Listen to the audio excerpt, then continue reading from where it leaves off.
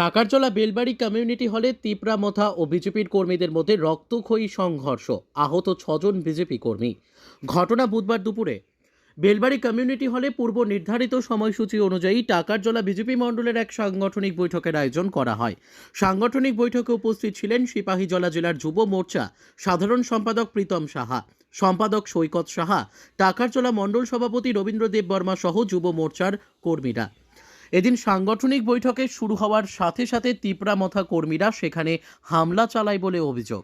আর এই হামলায় বিজেপি কর্মীদের কয়েকজন রক্তাক্ত অবস্থায় মাটিতে লুটিয়ে পড়ে। ধারালো ছুরি নিয়ে তিপরামথা কর্মীরা এই আক্রমণ চালিয়েছে বলে খবর। ঘটনাস্থলে ছুটে আসে রাধাপুর থানার পুলিশ। আহতদের উদ্ধার করে নিয়ে যাওয়া হয় জিবিপি ও জিরানিয়া প্রাথমিক স্বাস্থ্য কেন্দ্রে। জিবিতে এসে ঘটনার প্রেক্ষাপট তুলে ধরেন বিজেপি কর্মীরা। আজকে আমরা টাকারজলা মন্ডল উদ্যোগে একটা যুব মোর্চা প্রোগ্রাম ছিল বেলবাড়ি গোবিন্দ হলে। তো আমরা মিটিং শুরু হওয়ার সময় তারা 30-40 জন আয়া আপনার কর্মীর উপরে হামলা হয়েছে আর কি। তারা তিপরামথা পার্টি। তিপরামথা কতজন আহত হয়েছে? আমরা এখানে জিবি একজন আছে আর 2-3 জন জিরানিয়া হসপিটালে আছে।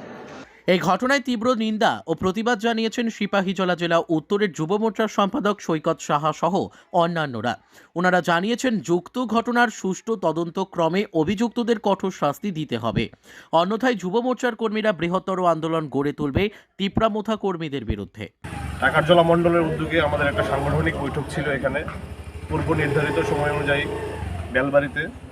তো বেলা 11টা নাগাদ আমাদের এই প্রোগ্রামের সময়টা ছিল।